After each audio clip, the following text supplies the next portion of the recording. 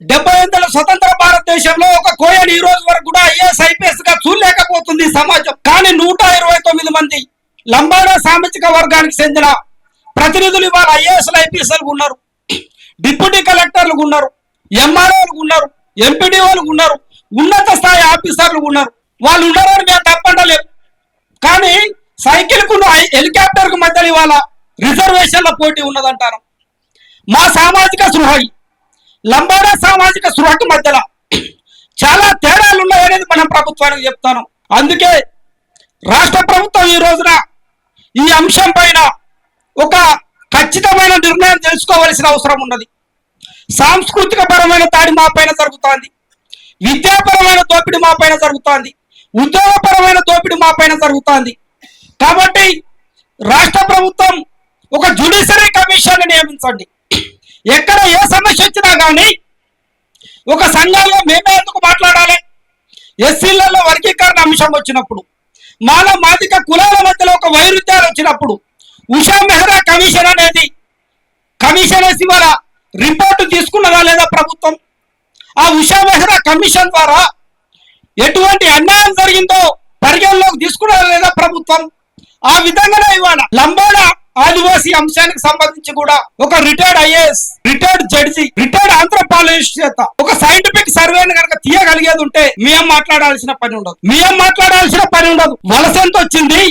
Maharashtra BC, Chhattisgarh SC, Rajasthan OC, Karnataka SC, Telangana ST రిజర్వేషన్లలో కలిపేటప్పుడు 6% reservation ఉన్నప్పుడు లంబాడా ఎరకల ఏనాది కేవలం 1% అయినప్పుడు మొన్న జరిగిన తెలంగాణ సామాజిక సర్వేలో తెలంగాణ కులాల లిస్ట్ లో 3వ స్థానంలో 9% జనాభా ఎట్లా వచ్చిందనేది రాష్ట్ర ప్రభుత్వానికి అర్థమవుతుంది. ఆదివాసులు మాట్లాడేది వాస్తవ డిమాండా, ఆదివాసులు మాట్లాడేది అన్సైంటిఫికల్ డిమాండా అనేది అక్కడనే తేలిపోతుంది. 1% 9% ఎట్లా ఇలా అన్నకన్నా ఇవాళ చాలా స్పష్టంగా అర్థమైపోతుంది. ఇక్కడ గమ్మత్ ఏంటంటే తెలంగాణలో అనేక మంది మేధావులు ఉన్నారు. ఆంధ్ర వలసలు అన్నారు, లంబాడా వలసల పైన ఈ రోజు వరకు కూడా ఒక రిపోర్ట్ కానీ ఒక సైంటిఫిక్ సర్వే కానీ ఇటువంటి ఎందుకు చేయలేకపోతున్నారు అనేది కూడా ఆదివాసీ సమాజం ప్రశ్నిస్తుంది. పంచాయత్ సెక్రటరీ 135 ఇట్లా మన జీవోలన్నీ కాల రాసి ఇవాళ నోటిఫికేషన్లలో ఏజెన్సీ సర్టిఫికెట్ లేకుండా నోటిఫికేషన్లు వచ్చుడుతోని 100కి 100 రావాల్సిన ఉద్యోగాలు ఇవాళ 6వ స్థానం 94 ఉద్యోగాలు కోల్పోతున్నాం. ఉమ్మడి వరంగల్ ఐటీడీఏ పరిధిలో 1000 ఉద్యోగాలుంటే రూల్ ఆఫ్ రిజర్వేషన్ 6 కింద నీకు 60 ఉద్యోగాలు వచ్చినప్పుడు 940 ఉద్యోగాలు కోల్పోయినప్పుడు నువ్వు కాయ కష్టం చేసి పోడు భూమి తిండి సేటు దగ్గర డబ్బులు తెచ్చి నువ్వు వరంగల్ లైబ్రరీకో లేకుంటే కోచింగ్ సెంటర్లకు హైదరాబాద్ కో పంపితే 960 ఉద్యోగాలు రూల్ ఆఫ్ రిజర్వేషన్ లాంటి ఏజెన్సీ సర్టిఫికేట్ రానప్పుడు మన బిడ్డలకు ఉద్యోగాలు ఎట్లొస్తాయో కూడా ఈ రోజున మనం ఆలోచించవలసిన అవసరం ఉన్నది మిత్రులారా. అందుకే ఉద్యోగ సమస్యని, నిరుద్యోగ సమస్యని పరిగణలోకి తీసుకున్నాం. 2008లో డిఎస్ వస్తుంది, 2011లో డిఎస్ వస్తుంది, 2013లో డిఎస్ వస్తుంది, చివరి తెలంగాణ అంకంలో కూడా ఏజెన్సీ డిఎస్ వస్తుంది. మరి ఇప్పుడు ఏజెన్సీ డిఎస్సి సంగతి ఏంటి? కేసీఆర్ మెగా డిఎస్ అని వేసిండు, ఏజెన్సీ డిఎస్ వేసిండా? రేవంత్ రెడ్డి మెగా డిఎస్ అని వేసిండు, ఏజెన్సీ డిఎస్ వేసిండా? మరి రానప్పుడు నీ కుటుంబానికి ఉద్యోగం రానప్పుడు, నీ కుటుంబానికి ఉద్యోగ భద్రత లేనప్పుడు ఈ సమాజం ఎట్లా బతుకుతుంది అనేది కూడా మనం ఆలోచన చేయవలసిన అవసరం మిత్రులారా. మనం గొంతెమ్మ కోరిక కాదు, ఉన్న జీవోనే అడుగుతాను. కేవలం సుప్రీంకోర్టులో జీవో 3 కొట్టుడు పోయిందని ఒక సాకుతోనే ఇవాళ ఏజెన్సీ ఉద్యోగాలు ఆపు చేశారు. కాబట్టి కోరికేక సభ నుంచి రాష్ట్ర ప్రభుత్వానికి హెచ్చరిస్తున్నాం. బరాబరిగా రాజ్యాంగంలో ఆర్టికల్ 342 బతికే ఉన్నది, షెడ్యూల్ 5 బతికే ఉన్నది, ఏజెన్సీ ప్రాంతం బతికే ఉన్నది. ఇక్కడ ఎంఆర్ఓకి ఏజెన్సీ అలవెన్స్ వస్తుంది, ఇక్కడ ఎస్ఐకి ఏజెన్సీ అలవెన్స్ వస్తుంది, ఇక్కడ ప్రతి ఉద్యోగి ఏజెన్సీ అలవెన్స్ తీసుకుంటాడు. ఇది ఏజెన్సీ ప్రాంతంగా పరిగణించబడుతుంది. మరి మా పిల్లలకి ఎందుకు ఏజెన్సీ ఉద్యోగం వస్తలేదు?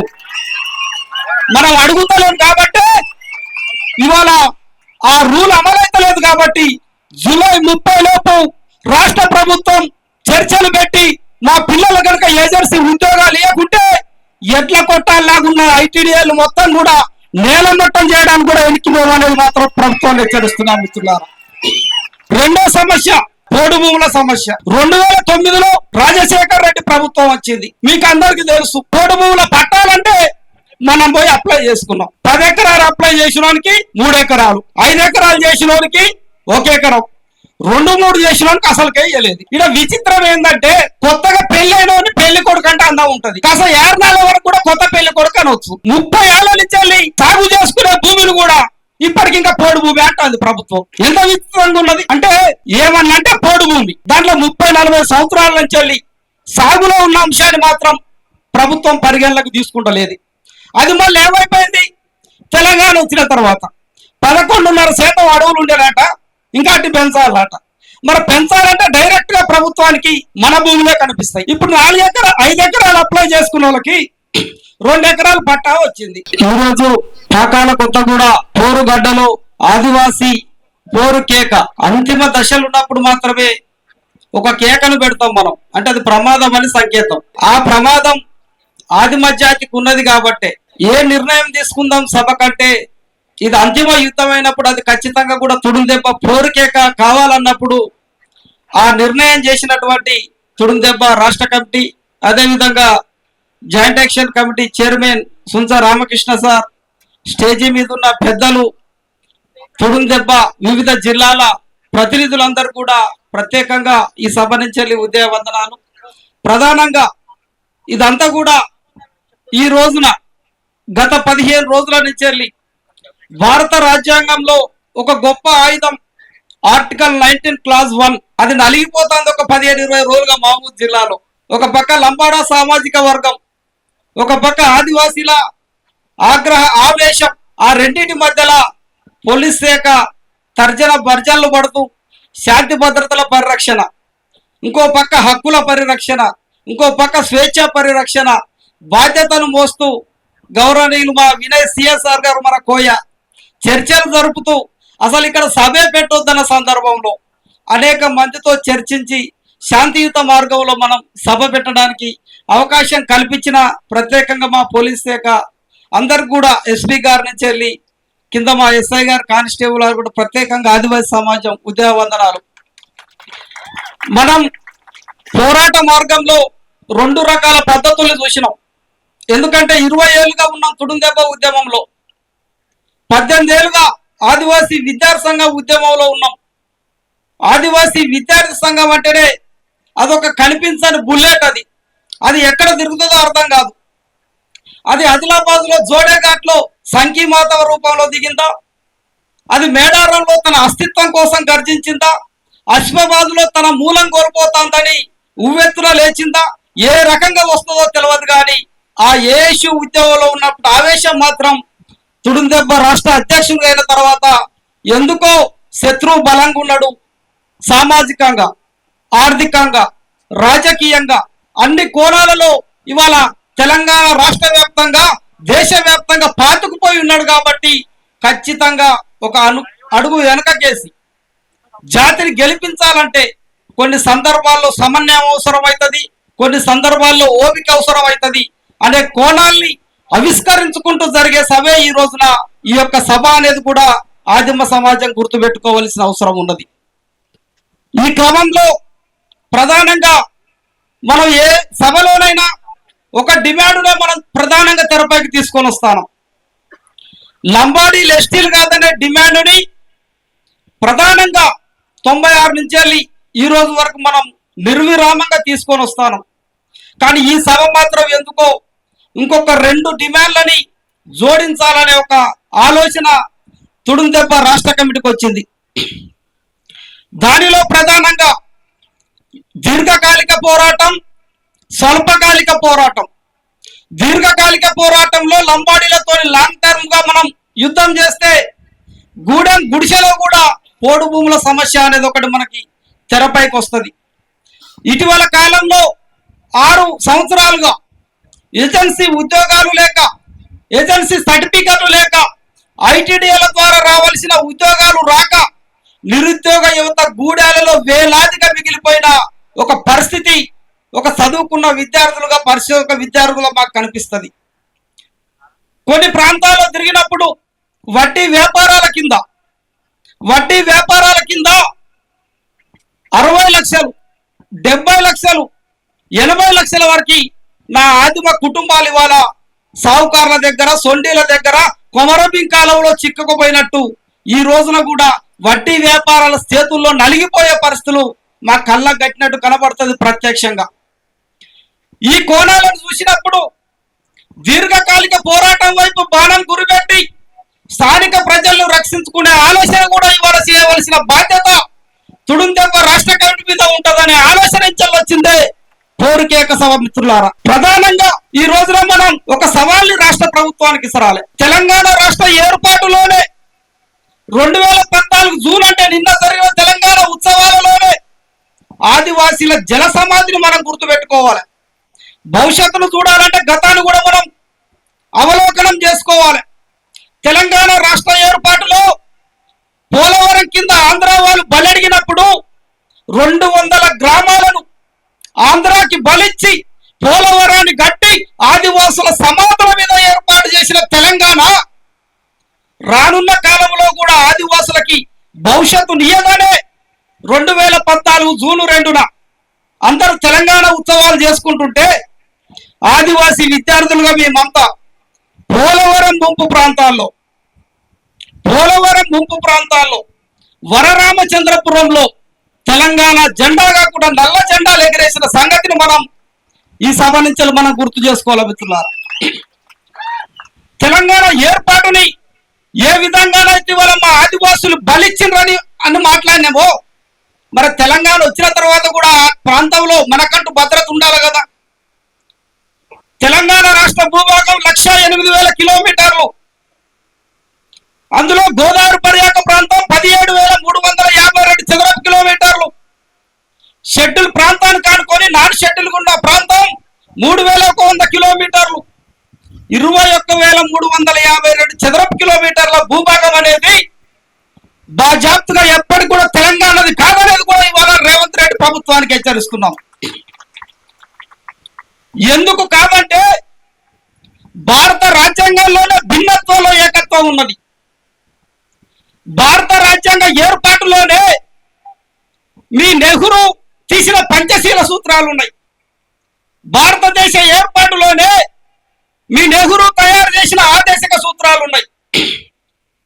భారతదేశ ఏర్పాటులోనే భారతదేశంలోనే ప్రత్యేక దేశం ఆదివాసీలదన్న సిద్ధాంతాలు ఇవాళ రాజ్యాంగంలో రాసిపెట్టి ఉన్నాయి.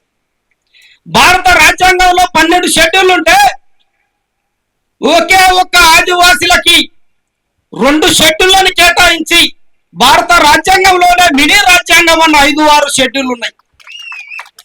అగో ఆ షెడ్యూల్ అనేటివి ఆదివాసులు బిచ్చమడుకుంటే రాలే. ఆ షెడ్యూల్ అనేటివి ఆదివాసీలు బిచ్చమడుకుంటే రాలే. 1940లో కొమరంభీం పోరాటం, జోడెన్ఘాట్ కొండల్లో రక్తం చిందించిన తర్వాత, ఐమాండర్ కమిషన్ తర్వాత నిజాం రాజ్యంలో షెడ్యూల్ ఏరియాస్ వచ్చినాయి. బ్రిటిష్ ఇండియాలో బిర్సా ముండా పోరాటం, అక్కడున్న అల్లూరి సీతారామరాజు పోరాటం, బుహార్ కొండల్లో పహాడీల పోరాటం, భారతదేశ స్వతంత్రం సిపాయిల తిరుగుబాటు 1857 మొదలు కాకముందే 1854లోనే కానూ సింధులనే పశ్చిమ బెంగాల్ పోరాటంలో 24 ఏళ్ల నూనూగు మిసాల యువకులతో పాటు 24,000 మంది రక్తం చిందిస్తే వచ్చిన షెడ్యూల్డ్ డిస్ట్రిక్ట్ యాక్ట్ 1874 ఆధారంగా ఇవాళ 5-6 షెడ్యూల్ వచ్చినాయి. వాటి ఆధారంగా ఆదివాసుల రక్త సమాధుల మీద, ఆదివాసి పోరాటాల గడ్డ మీద నుంచి వచ్చిన ఆ 5-6 షెడ్యూళ్లను తెలంగాణ రాష్ట్రం ఏం చేస్తుంది? రూల్ ఆఫ్ రిజర్వేషన్ జనరల్ కింద మనం పరిగణిస్తుంది. ఇవాళ సుధాకర్ చెప్పిన పీసా చట్టం అమల్లో ఉన్నదా? ఇవాళ నీ ప్రాంత సార్వభౌమత్వం ఉన్న ఐటీడీఏలకు ఇవాళ ఎటువంటి లెజిస్లేటివ్ పవర్స్ ఉన్నాయి? వాటిని ఇవాళ పరిగణలోకి తీసుకుంటుందా? నీ ఏజెన్సీ సర్టిఫికెట్లు అనేటివి మనకు వస్తానే అనేది కూడా మనం ఆలోచన చేయాలి మిత్రులారా. ఇంటిగ్రేటెడ్ ట్రైబల్ డెవలప్మెంట్ ఏజెన్సీస్ మనం ఈ కోణం చూస్తలేం. మనం ఈ కోణం చూసినప్పుడు మాత్రమే మన ప్రాంతం అర్థమవుతుంది. తెలంగాణ రాష్ట్రం వచ్చిన తర్వాత తెలంగాణలో ఉన్న ఆదివాసులకు భద్రత కావాలంటే కొమరంభీం ఆసిఫాబాద్ ఆదివాసుల జిల్లా చేయండి. ఇటు పక్క వస్తే సమ్మక్క సారలమ్మ జిల్లా భద్రాచలాన్ని చేయండి. ఎటునగరం ఆదివాసీ జిల్లా చేయండి. ఆదివాసీ ప్రాంతాల్ని ప్రత్యేక జిల్లాలుగా చూడడానికి కేసీఆర్ ప్రభుత్వానికి మేము విన్నవించినాం. గోపాలకృష్ణ ద్వివేది ఐటీడీఏ పిఓగా పనిచేసిపోయిన క్రమంలో నీకు ఐటీడీఏ సారూప్యం తెలుసు కాబట్టి, జిల్లాలకు చైర్మన్ ఉన్నావు కాబట్టి మా ప్రాంతాలకు జిల్లాలు ఇవ్వండి. ఇవ్వకపోయేది ఉంటే మా ప్రాంత సారూప్యం మారిపోతుంది అని చెప్పినప్పటికి కూడా మన ప్రాంతాన్ని పరిగణలోకి తీసుకోకుండా ఆదిలాబాద్ గోండులను సంతలో మేకపోతును ముక్కలు ముక్కలు చేసి కొట్టినట్టు 7 జిల్లాలుగా చేసిండు గోండులని. నిర్మల్, మంచిర్యాల, ఆదిలాబాద్, ఆసిఫాబాద్, జగిత్యాల ఇట్లా విచ్ఛిన్నం చేసిండు మన భూభాగాన్ని. కోయ భూభాగాన్ని 8 జిల్లాలుగా చేసిండు. నల్లమల్ల సెంచులు పిరికెడంత ఉంటారు. నాగర్ కర్నూలు, మహబూబ్ నగర్, దేవరకొండ 3 జిల్లాలుగా చేసిండ్రు. అంటే ఒక అన్సైంటిఫిక్ గా మీకు చీఫ్ సెక్రటరీ ఉంటారు, ఇండియన్ అడ్మినిస్ట్రేషన్ సర్వీస్ చదివిన వాళ్ళు ఉంటారు, కనీసం ఇంకిత జ్ఞానం ఉండాలి కదా. భూభాగాల్ని ముక్కలు ముక్కలు చేస్తే మా వరంగల్ జిల్లా నర్సంపేట పక్కన బట్టి 13 కోయ గ్రామాలు, 5th షెడ్యూల్ గ్రామాలు ఇప్పుడు వరంగల్ జిల్లాకు పోయినాయి. ఇప్పుడు 13 జిల్లాల కోసం నీ 5th షెడ్యూల్ అక్కడ అమలవుతుందా? ఇవాళ ఐటీడీఏలు ఎట్లయిపోయినాయి? ఎట్ల కొట్టం కంటే దారుణంగా తయారైపోయినాయి. ఒకప్పుడు ఐటీడీఏ పిఓ అంటే జిల్లా కలెక్టర్ కన్నా ఎక్కువ సింగిల్ లైన్ అడ్మినిస్ట్రేషన్ పవర్ ఉండేది. ఇవాళ ఏమైపోయినాయి? ఇగో ఈ పరిస్థితిలో కూడా చదువుకున్న విద్యార్థులుగా, యువకులుగా మనం ఆలోచన చేయాలి మిత్రులారా. జిల్లాలు విభజన తర్వాత ఐటీడీఏల ద్వారా రిక్రూట్మెంట్ జరగాలనే ప్రతిపాదన పెట్టినాం. గత ప్రభుత్వం 2018 నూతన జోనల విధానం తీసుకొచ్చేటప్పుడే ఆదివాసుల గొంతు కోసుడు అనేది మొదలైంది.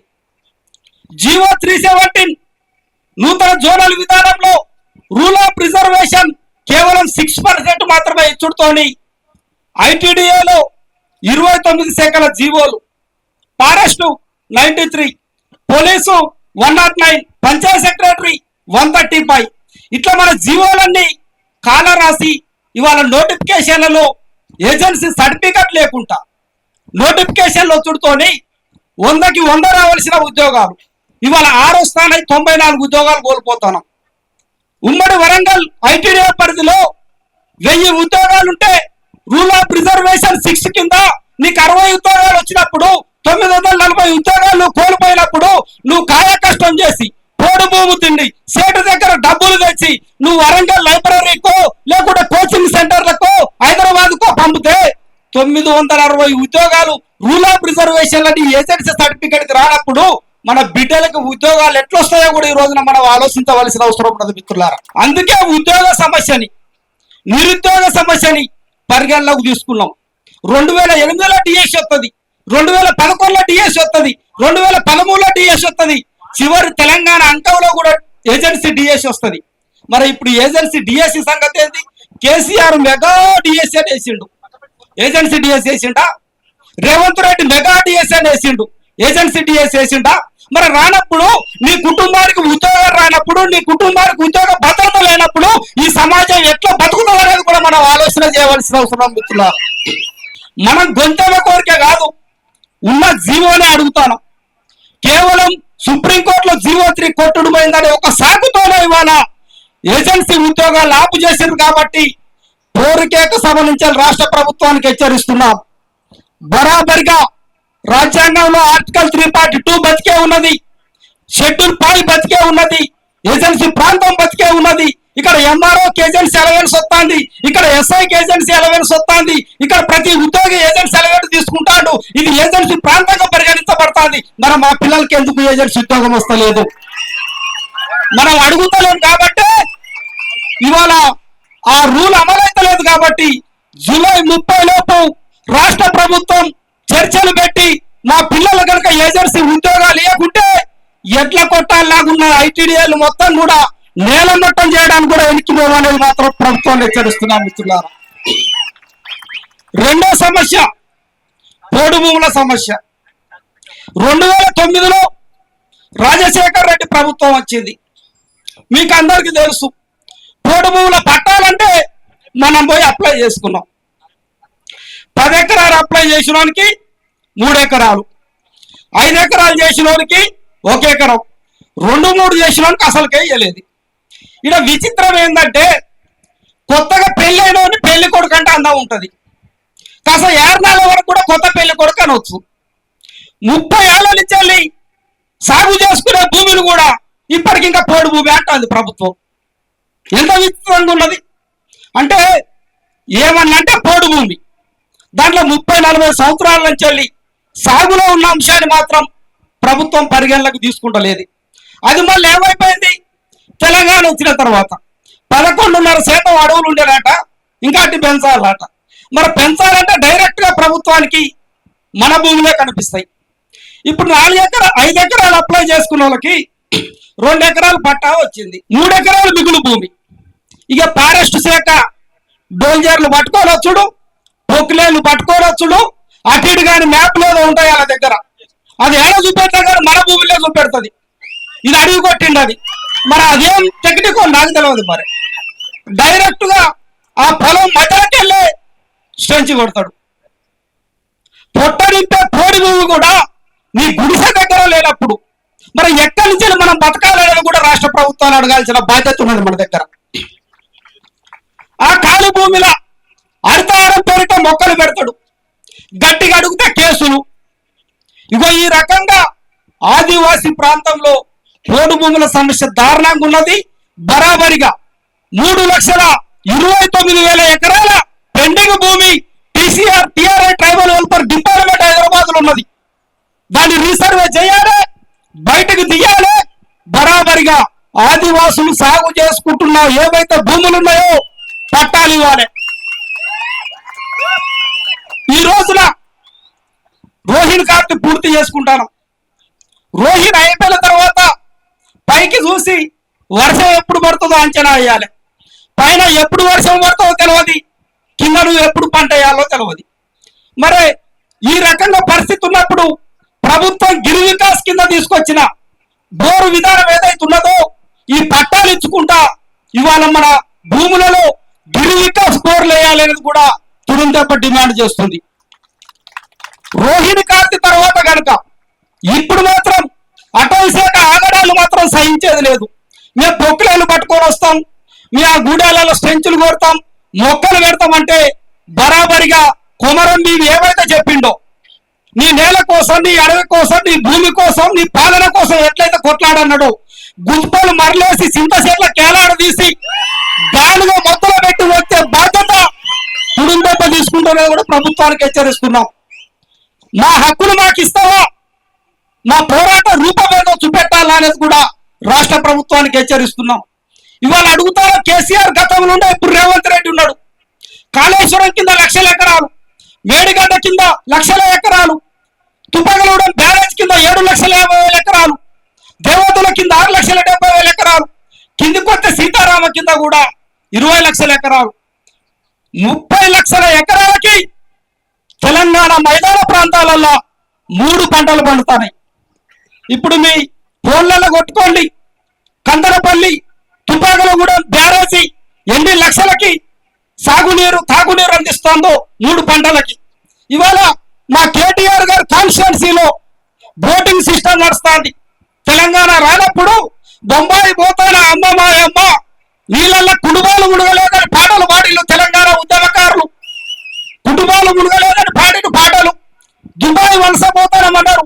తెలంగాణ వచ్చిన తర్వాత 30,00,000 ఎకరాల 30,00,000 ఎకరాలకు సంబంధించిన గోదావరి నీటిని 100 కిలోమీటర్లు తరలించి నువ్వు హైదరాబాద్ పంపుకున్నావు, రంగారెడ్డి పంపుకున్నావు, కరీంనగర్ పంపుకున్నాం, నల్గొండ పంపుకున్నాం, మహబూబ్నగర్ పంపుకున్నాం. మరి ఇక్కడ గుడిసె కింద ఉన్న ఆదివాసికి 1 ఎకరానికి కూడా నీరెందుకు రాలేదో ఇవాళ రాష్ట్ర ప్రభుత్వం సమాధానం చెప్పాల్సిన అవసరం ఉన్నది. అంటే మేము వ్యవసాయాలు చేసుకోవద్దా, మేము పంటలు పండించుకోవద్దా? నా గోదావరి నీరు నువ్వు 100 కిలోమీటర్లు తరలించినావు అదే దాన్ని కూడా ఇవాళ మనం ప్రశ్నించాల్సిన అవసరం ఉన్నది మిత్రులారా. మూడో సమస్య వడ్డీ వ్యాపారాలు. నీ పిహెచ్డి చదివేటప్పుడు 1960 వడ్డీ వ్యాపారాల చట్టం చదివిన. ఈ అంబేద్కర్ ఎదురన్న ఆయనకి వడ్డీ వ్యాపారాల చట్టం రాసిండు, దీంతో ఉపయోగం కూడా లేదనుకున్నా. మొన్న మేము బంధాల లాంటి ప్రాంతాలలోకి మేము మా రాష్ట్ర కమిటీ బృందం పోయినప్పుడు ఒక్కొక్క కుటుంబం 20 ఏళ్ళుగా 30 ఏళ్ళుగా తీసుకున్న వడ్డీకి అసలు కట్టలేక వడ్డీ కట్టలేక 50 లక్షలు 80 లక్షల అప్పుంటే ఒళ్ళు జెండరిచ్చింది మాకే. ఆ కుటుంబాన్ని బానిసలుగా మార్చుకుంటారు, భూములను గుంజుకుంటున్నారు, దారుణమైన పరిస్థితులని అక్కడున్న ప్రజలు మాకు ప్రత్యక్షంగా చెప్పిండ్రు. మధ్యలో తూల్తాళ్ళు వడ్డీ వ్యాపారస్తుల కింద నలిగే మా ఆదివాసులు వడ్డీలు కట్టలేక ఆత్మగౌరవం కోల్పోలేక ఉరి పెట్టుకొని చచ్చిపోయిన సందర్భాలు ప్రత్యక్షంగా విచారణ చేస్తే నాకు అక్కడ కనపడతాయి. బరాబరిగా ఇక్కడ మా గౌరవనీయులు పోలీస్ శాఖ ఉన్నది, ఇమీడియట్లీగా సుమోటోగా వడ్డీ వ్యాపారాల చట్టం ప్రకారం షెడ్యూల్ 5లో వడ్డీ వ్యాపారాలు చేయడం అనేది నిషేధం. కాబట్టి వడ్డీ వ్యాపారాలు వీళ్ళు గుర్తించండి, వారి యొక్క లిస్టును మీరు తెచ్చుకోండి, ఆ కుటుంబాలతో మాట్లాడండి. ఆ కుటుంబాలకి న్యాయం చేయాల్సిన బాధ్యత కూడా ప్రభుత్వం పైన ఉంటుంది అనేది కూడా మేము హెచ్చరిస్తున్నాం. ప్రభుత్వం కనుక ఎంటర్ కాలేదంటే కొమరం భీం సావుకారులను తరిమి కొట్టిండట, కొమరం భీం సావుకారులను తరిమి కొట్టిండట. మరి తుడుందెబ్బ తరిమి కొట్టదా? వడ్డీ వ్యాపారస్తులు తుడుందెబ్బ తరిమి కొట్టదా? చట్ట ప్రకారం తరిమి కొడుతుంది అనేది కూడా ఈ సభ నుంచి వడ్డీ వ్యాపారస్తులకు హెచ్చరిస్తున్నాం. మేము సైంటిఫిక్ సర్వే చేసినాం, కేవలం 5 గ్రామాలలో మా ఆదివాసులు 30 కోట్ల రూపాయలు అప్పున్నారు. 30 కోట్ల రూపాయలు కేవలం 5 గ్రామాలలో. ఒక గుండాల మండలం ఉండే ఒక సెట్ 100 కోట్ల పెట్టుబడి పెడతాడట. అంటే ఆదివాసుల రక్తాన్ని వాగుతారు 20 ఏళ్ళుగా ఇవాళ. కాబట్టి ఇవాళ ఈ గుండాల కండగా ఉండాలని ఈ సభ నుంచి అలా డిమాండ్ పెట్టడం జరిగింది. మిత్రులారా, 4వ డిమాండ్ కొంచెం ఘాటుగా ఉంటది, బలంగా ఉంటది, పోరాట మార్గంలో పోరు రెంకలేస్తుంది. ఆర్టికల్ 342 ప్రకారం 1976లో అక్రమంగా ఎస్టీ జాబితాలోకి వచ్చిన లంబాడ సామాజిక వర్గం ఈ రోజున 2026 50 సంవత్సరాలు పూర్తి చేసుకొని గోల్డెన్ జూబ్లీ ఉత్సవాలని జరుపుకునే సందర్భం. రాష్ట్ర ప్రభుత్వానికి మేము ఒకటే హెచ్చరిక చేస్తున్నాం. 50 ఏళ్ళుగా కొత్తగూడెం ఏకలవ్య మోడల్ స్కూల్ నుంచి మొదలవుతుంది. పాఠశాల స్థాయి దోపిడీ, ఇంటర్మీడియట్ స్థాయి దోపిడీ, ఎన్ఐటీలు, ఐఐటీలు, సెంట్రల్ యూనివర్సిటీలు, సెంట్రల్ ఎడ్యుకేషన్, స్వీపర్ స్థాయి నుంచి మొదలవుతుంది ఐఏఎస్ ఐపీఎస్ వరకు. 78 స్వతంత్ర భారతదేశంలో ఒక కోయని ఈ రోజు వరకు కూడా ఐఏఎస్ ఐపీఎస్ గా చూడలేకపోతుంది సమాజం. కానీ 129 మంది లంబాడా సామాజిక వర్గానికి చెందిన ప్రతినిధులు ఇవాళ ఐఏఎస్లు ఐపీఎస్లు ఉన్నారు, డిప్యూటీ కలెక్టర్లు ఉన్నారు, ఎంఆర్ఓలు ఉన్నారు, ఎంపీడీఓలు ఉన్నారు, ఉన్నత స్థాయి ఆఫీసర్లు ఉన్నారు. వాళ్ళు ఉన్నారని మేము తప్పంటలేము. కానీ సైకిల్ కు హెలికాప్టర్ కు మధ్యలో ఇవాళ రిజర్వేషన్ల పోటీ ఉన్నదంటారు. మా సామాజిక సృహ లంబాడా సామాజిక సృహకి మధ్యలో చాలా తేడాలు ఉన్నాయనేది మనం ప్రభుత్వానికి చెప్తాను. అందుకే రాష్ట్ర ప్రభుత్వం ఈ రోజున ఈ అంశం పైన ఒక ఖచ్చితమైన నిర్ణయం తెలుసుకోవాల్సిన అవసరం ఉన్నది. సాంస్కృతిక పరమైన దాడి మా పైన జరుగుతోంది, విద్యాపరమైన దోపిడీ మా పైన జరుగుతోంది, ఉద్యోగపరమైన దోపిడీ మా పైన జరుగుతోంది. కాబట్టి రాష్ట్ర ప్రభుత్వం ఒక జ్యుడిషియరీ కమిషన్ నియమించండి. ఎక్కడ ఏ సమస్య వచ్చినా కానీ ఒక సంఘంలో మేమే ఎందుకు మాట్లాడాలి? ఎస్సీలలో వర్గీకరణ అంశం వచ్చినప్పుడు, మాదిక కులాల మధ్యలో ఒక వైరుధ్యాలు వచ్చినప్పుడు ఉషా మెహ్రా కమిషన్ అనేది కమిషన్ వేసి వాళ్ళ రిపోర్టు తీసుకున్నదా లేదా ప్రభుత్వం? ఆ ఉషా మెహ్రా కమిషన్ ద్వారా ఎటువంటి అన్యాయం జరిగిందో పరిగణలోకి తీసుకున్నదా లేదా ప్రభుత్వం? ఆ విధంగానే ఇవాళ లంబాడా ఆదివాసీ అంశానికి సంబంధించి కూడా ఒక retired IAS, retired judge, retired anthropologist చేత ఒక సైంటిఫిక్ సర్వేని కనుక తీయగలిగేది ఉంటే మేము మాట్లాడాల్సిన పని ఉండదు. వలస ఎంత వచ్చింది? Maharashtra BC, Chhattisgarh SC, Rajasthan OC, Karnataka SC, Telangana ST రిజర్వేషన్లలో కలిపేటప్పుడు 6% రిజర్వేషన్ ఉన్నప్పుడు లంబాడా ఎరకల ఏనాది కేవలం 1% అయినప్పుడు మొన్న జరిగిన తెలంగాణ సామాజిక సర్వేలో తెలంగాణ కులాల లిస్ట్ లో 3వ స్థానంలో 9% జనాభా ఎట్లా వచ్చిందనేది రాష్ట్ర ప్రభుత్వానికి అర్థమవుతుంది. ఆదివాసులు మాట్లాడేది వాస్తవ డిమాండా, ఆదివాసులు మాట్లాడేది అన్సైంటిఫికల్ డిమాండా అనేది అక్కడనే తేలిపోతుంది. 1% 9% ఎట్లా అన్నకన్నా ఇవాళ చాలా స్పష్టంగా అర్థమైపోతుంది. ఇక్కడ గమ్మత్ ఏంటంటే తెలంగాణలో అనేక మంది మేధావులు ఉన్నారు.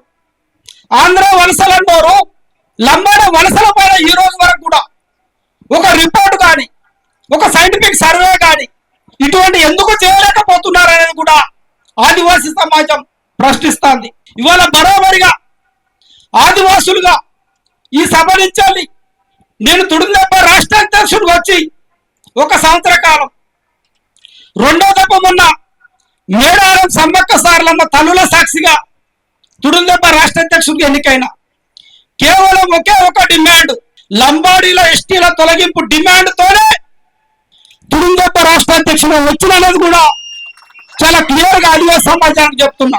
కానీ ఆవేశంతో, ప్రత్యక్ష దాడులతోని, అశాంతియుత పొగలతోని మన డిమాండ్ను మనం ముందరికి తీసుకుపోలేమనేది అర్థమైంది.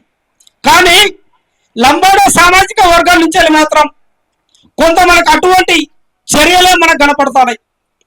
తెలంగాణ రాష్ట్ర వ్యాప్తంగా మన డిమాండ్ వెనుక ఇవాళ ఏ రాజకీయ పార్టీ లేదు, కాంగ్రెస్ లేదు, బీజేపీ లేదు, బీఆర్ఎస్ లేదు, ఇంకా ఏ కులం కూడా లేదు.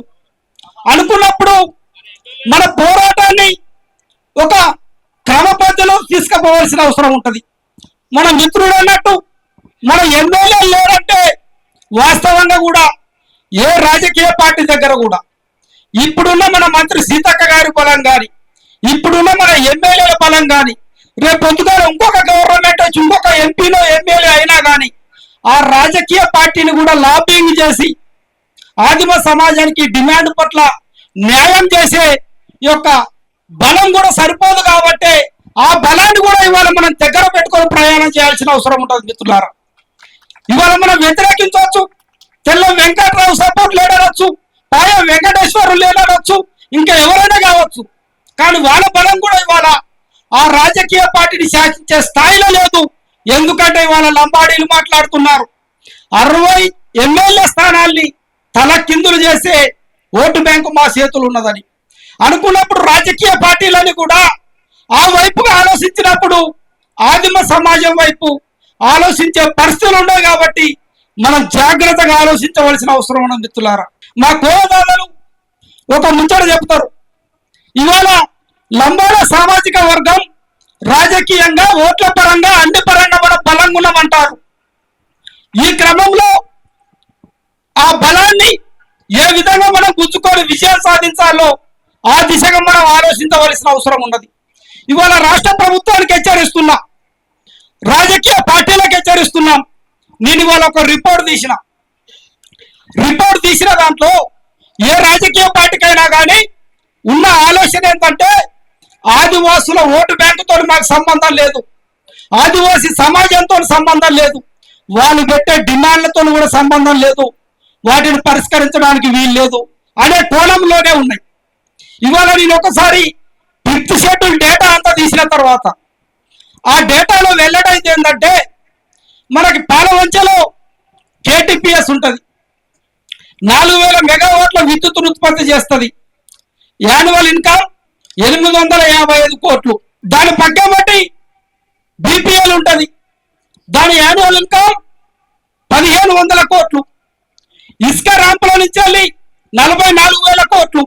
క్యాల్కులేషన్ చేస్తే సుమారు 1,00,000 కోట్ల రెవెన్యూ ఇన్కమ్ ఒక సంవత్సరానికి ఎక్కడికి పోతుంది? తెలంగాణ మైదాన ప్రాంతాలకు పోతుంది. మన కరెంటు తింటారు కేటీపీఎస్ లో, బీటీపీఎస్ లో 1000 మెగావాట్లు తింటారు, బీపీఎల్ పేపర్ బోర్డుల పైసలు తింటారు, ఓపెన్ కాస్ట్ల కింద సంవత్సరం ఇన్కమ్ 1,00,000 కోట్లు తింటారు. మన నీళ్లు తింటారు, మన ప్రాంతం తింటారు. మరి మనకి న్యాయం చేయమంటే మాత్రం పరిష్కారం చూపెట్టమంటారు. అంటే తెలివి తక్కువ ఆదివాసులు. బరాబరిగా రాష్ట్ర ప్రభుత్వానికి చెప్తున్నాం, జూలై 30 లోపల మేము అనుకునే పరిష్కారాలు కనుక పరిష్కారం చూపెట్టకుంటే బరాబరిగా కేటీపీఎస్ దగ్గర 20,000 మంది, బీపీఎల్ దగ్గర 20,000 మంది, బీటీపీఎస్ కింద 20,000 మంది, ఓపెన్ కాస్ట్ల దగ్గర 20,000 మంది, కందరపల్లి దగ్గర 20,000 మంది, దేవదుల దగ్గర 20,000 మంది వనరులను ఆపు చేస్తాం. బిడ్డని ఇసుకెట్లా పడకపోతావో చూస్తాం. ఇసుక లేకుండా తెలంగాణ బాత్రూమ్ కూడా కట్టలేవు బిడ్డలు చెప్తారా? బాత్రూమ్ కూడా కట్టలేవు తెలంగాణలో. కరెంటు లేకుండా నీ బల్బు కూడా లేదు అక్కడ. మా ప్రాంతం నుంచి నీరు తీసుకుపోతారు, మా ప్రాంతాన్ని ముంచుతారు. మా ప్రాంతం ఓపెన్ కాస్ట్ల కింద నలిగిపోతుంది. మా ప్రాంతం అక్కడ ఓపెన్ కాస్ట్ల కింద బొగ్గు తీసుకుపోతారు. ఓపెన్ కాస్ట్ల కింద కొన్ని వేల కోట్లను చంపగట్టుకుంటారు. మేము నిర్వాసితులమవుతాం, రోగాలు పడతాం. కేటీపీఎస్ నుంచి అణు రియాక్టర్లు, అక్కడ ఉన్న బీపీఎల్ నుంచి వచ్చే అణు రియాక్టర్లు, అక్కడ వచ్చే విషతుల్యాన్ని మేము అనుభవిస్తాం. నువ్వు ఎంజాయ్ చేసుకుంటా ఇవాళ మా డిమాండ్లకు పరిష్కారం చేయాలంటే చేతులు కట్టుకొని కూర్చోవడానికి అంత ఉత్తగేళ్ళే మేము కూడా. తుడుందేప ఉద్యమ స్వరూపం మారుతుంది, తుడుందేప ఉద్యమ శక్తి మారుతుంది. బరాబరిగా వనరులను అడ్డుకుంటాం. ఎట్లెట్లా తెలంగాణ అభివృద్ధి అవుతుందో చూస్తాం. నేను అందుకే ముందే అన్నా, తెలంగాణ 5వ షెడ్యూల్ ప్రాంతం ఎప్పటి కూడా ఒకటి కదా. నేను ముందే మాట్లాడినా. మరి నువ్వు తెలంగాణ రాష్ట్రంలో ట్రైబల్ అడ్వైజర్ కమిటీలు పెట్టకుండా, లంబాడో సమస్య పైన కమిషన్ ఇవ్వకుండా, నా తోడు భూములకు పట్టాలు ఇవ్వకుండా, నా పిల్లలకు ఏజెన్సీ ఉద్యోగాలు ఇవ్వకుండా, నా జీవోలు అమలు చేయకుండా, నా చట్టాలను అమలు చేయకుండా నువ్వు ఎంజాయ్ చేస్తానంటే మరి మేమెట్లా పోనిస్తాం? అంత ఉత్తగానే ఉన్నావా? 1,00,000 మంది లేవా?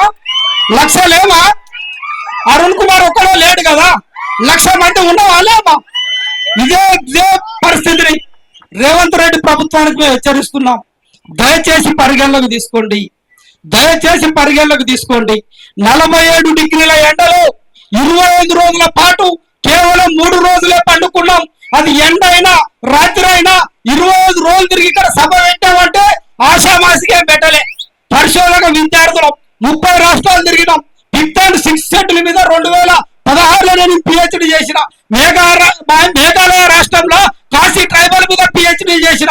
కొమరం భీం చరిత్ర చదివినా, బిర్సా ముండా చరిత్ర చదివినా, సమ్మక్క చరిత్ర చదివినా, మొన్న సమ్మక్క గుడి కట్టిన. ఈ దేశ చరిత్ర పైన, ఈ దేశ మూలం పైన, ఈ దేశ వారసత్వం పైన ఒక స్పష్టతతో చెప్తున్నా. బరాబరిగా నా హక్కులు కనుక అమలు కాలేదంటే రేవంత్ ప్రభుత్వానికే సవాల్ విసురుతున్నాం. తుడుందెబ్బ సెల్ఫ్ రూల్ ఇంప్లిమెంటేషన్ చేస్తుంది, తుడుందెబ్బ 5th షెడ్యూల్ ఇంప్లిమెంటేషన్ చేసుకుంటది, తుడుందెబ్బ నా ప్రాంతాన్ని కాపాడుకోవడానికి చట్టపరంగా ఇవాళ హక్కు సాధించడానికి చైతన్యం అవుతుంది. ఈ సభ నుంచి వెళ్ళి జూలై 30 గడువు. 30 తర్వాత మా కార్యాచరణలు మారిపోతాయి. ప్రజాస్వామ్య పద్ధతుల్లే, తుపాకులేం పట్టం. చదువుకున్న విద్యార్థులు అంబేద్కర్ ఇచ్చిన ఓటును ఎట్లా ఉపయోగించుకోవాలో తెలుసు, డెమోక్రసీ తెలుసు. కాబట్టి రాష్ట్ర ప్రభుత్వం పరిగణలోకి తీసుకోవాలని ఎడల జూలై 1వ తారీఖున మా యొక్క సమావేశం ఉంటది. దాని తర్వాత మా కార్యాచరణ అనేది ఇంప్లిమెంటేషన్ అవుతుంది. కాబట్టి దయచేసి ఈ రోజుల్లోనే ముఖ్యమంత్రి గారు మాకు అపాయింట్మెంట్ ఇవ్వాలి, ముఖ్యమంత్రి గారు మాతో కూర్చోవాలి. గౌరవ ముఖ్యమంత్రి గారు కూడా ఎన్నికల సందర్భంలో మాకు ఇచ్చిన హామీలే, కొత్తగా మేమేం కూడా అడుగుతలేం. చర్చించాలి, ఆదివాసులకు ఏం కావాలో అడగాలనే విన్నపాలు చేస్తున్నాం. అదే విధంగా ఈ 30 లోపు కనుక డిమాండ్ పరిష్కారం కాకుంటే ఖచ్చితంగా ప్రత్యక్ష కార్యాచరణ ఉంటుందని తెలియజేస్తూ ఈ సభకు వచ్చినటువంటి ఆదిమ సమాజానికి అందరూ కూడా ప్రత్యేకంగా ఉద్యోగం తెలియజేస్తూ ముగిస్తున్నాం.